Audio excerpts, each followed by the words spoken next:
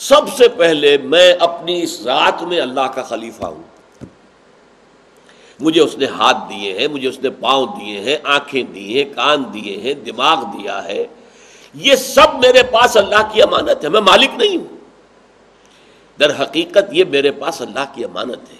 وہ میں کون ہوں؟ وہ میری ایگو ہے، وہ میری خودی ہے، وہ خودی، وہ انا. یہ ہے در حقیقت وہ شے کہ جو پوزیس کرتی. میں کہتا ہوں میرے ہاتھ، میرے پاؤں، میرا جسم، میرا دل، میرا دماغ، وہ میں کون ہے؟ اس کو ہم پڑھ چکے ہیں، کیونکہ آیا ہے کہ در حقیقت انسان جو ہے اپنے آپ کو ان مادی غلافوں سے تعبیر کر بیٹھتا ہے. مین ان his ignorance identifies himself with the material sheets which encompass his real self.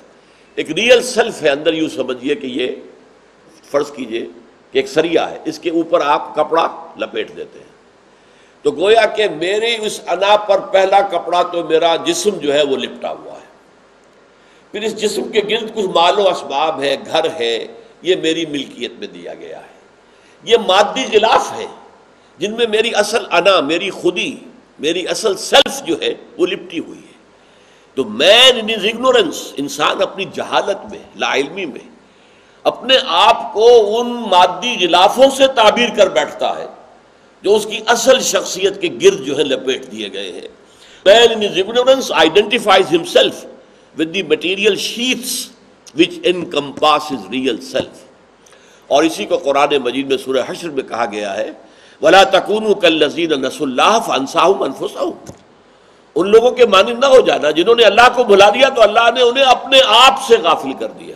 اپنے آپ سے کس چیز سے غافل کیا؟ کیا انسان اپنے جسم سے غافل ہوتا؟ کبھی بھی نہیں ہوتا. ذرا سے پھنسی نکل آئے تو دوڑتے ہیں آپ علاج کے لیے، اینٹی بایوٹکس لیے جا رہے ہیں اور یہ کیا جا رہا ہے، وہ کیا جا رہا ہے، بلڈ ٹیسٹ ہو رہا ہے، پتہ نہیں کیا کچھ ہو رہا ہے. دانت میں درد ہو گیا تو چاہے رات کا 1 بجے آپ پہنچے اور کنڈے کھٹکھٹا رہے ہیں ڈینٹسٹ کے. تو جسم سے تو انسان کبھی غافل نہیں ہوا. پیٹ کھانے کو مانگتا ہے تو آپ اس کی سیوا کرتے ہیں. آپ کے جسم میں اور تقاضے ہیں، آپ ان کو بجا لاتے ہیں، پورا کرتے ہیں. اپنے جسم سے کبھی غافل نہیں ہوا انسان. اور پھر اسی طریقے سے اپنی مادی ضروریات کو، چھت بھی چاہیے کوئی سر کے اوپر، کوئی یہ بھی ہونا چاہیے، وہ بھی ہونا چاہیے. اس سے کون غافل؟ غفلت کس چیز سے ہے؟ وہ ہے انا، وہ میں، وہ جو میرے اندر ہے اصل روح ربانی. وَنَفَخْتُ فِيهِ مِن رُوحِي، اسی کو اقبال نے خودی سے تعبیر کیا ہے. اسی کو آپ انگریزی میں سیلف کہتے ہیں، جس کو کہ اڈ اور لبیڈو اور پھر اس کے اوپر سیلف، اور اس سے بھی اوپر پھر ایک سپر سیلف بھی ہے. یہ فرائڈ نے تجزیہ کیا انسانی کی باطنی شخصیت کا. یہ ایک حیوانی تقاضے ہیں، اس کے اوپر اس کی خودی ہے، اور خودی کے اوپر ایک اور خودی ہے. میں اس وقت اس کی تفصیل میں نہیں جاؤں گا، میں ان چیزوں کو بیان کرتا رہا ہوں. لیکن یہاں جو مطلب کیا ہے، سب سے پہلے تو اپنی جان کو کھپاؤ اللہ کی راہ میں.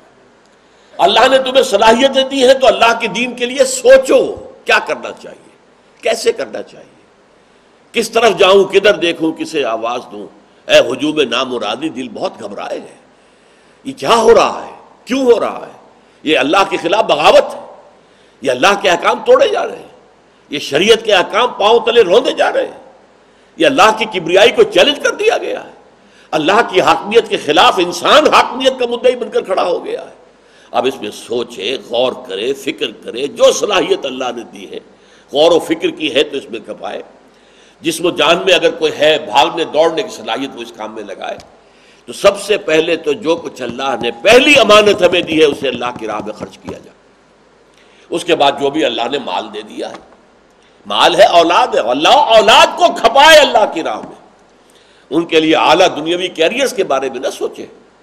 15 ہزار کی فیسیں دے کر ایسے اسکولوں سے نہ پڑھوائے کہ جس سے اس کا جو دنیاوی مستقبل ہے وہ ذرا روشن تر نظر آ رہا ہو. بلکہ یہ ہے کہ انہیں تیار کرے اللہ کے دین کے لیے، اس کے خادم بننے کے لیے، اس کے مجاہد بننے کے لیے، اس کے سپاہی بننے کے لیے. تو کھپاؤ. اللہ نے تمہیں اولاد دی تو مال دیا ہے، ان مال کے ذریعے سے. اور ویسے بھی یہ ہے کہ مال اور جان جو ہے، جو میں نے کہا کہ یہ انفاق مال اور بذل نفس، یہ دونوں انٹر کنورٹیبل ہیں. آپ اپنی صلاحیتوں ہی سے تو پیسہ کماتے ہیں.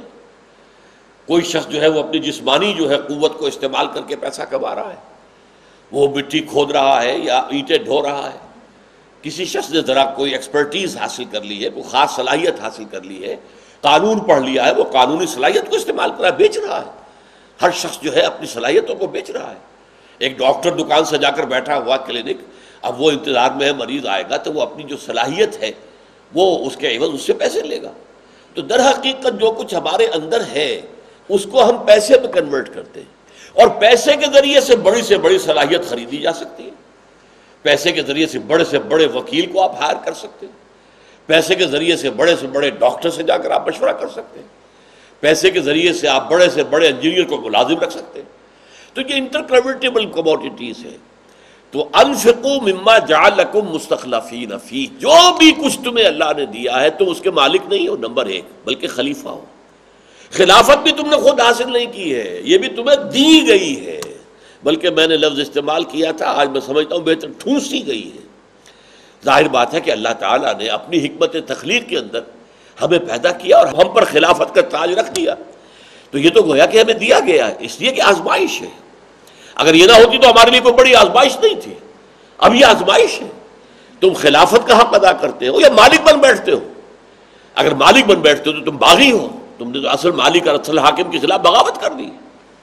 تو اپنی ذاتی جسمانی صلاحیتوں سے لے کر جو بھی کچھ اللہ نے تمہیں دیا ہے، اگر تمہیں کوئی اختیار دے دیا ہے، کوئی اقتدار دے دیا ہے، کوئی حیثیت دے دی، کوئی وجاہت دے دی ہے، کوئی لوگ آپ کی بات سنتے ہیں، کوئی لوگ آپ کی بات، اس سب کو استعمال کرو، خرچ کرو۔ آمنوا باللہ ورسولہ وانفقوا مما جعلکم مستخلفین فیہ۔ اب دیکھیے جب یہ دو مطالبے آئے، اب اس کے بعد کیا فرمایا؟ فالذین آمنوا منکم وانفقوا لہم اجر کبیر۔